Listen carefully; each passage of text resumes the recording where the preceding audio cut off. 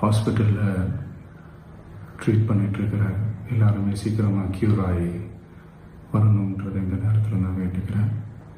கூடிய சீக்கிரமே உங்கள் எல்லாரையும் நான் சந்திக்கிறேன்.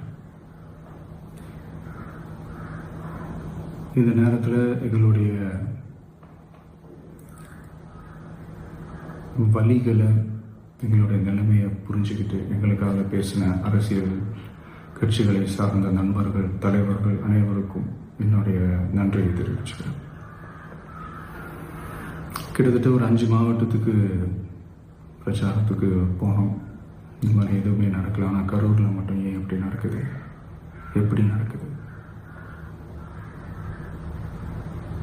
மக்களுக்கு எல்லா உண்மையும் தெரியும்.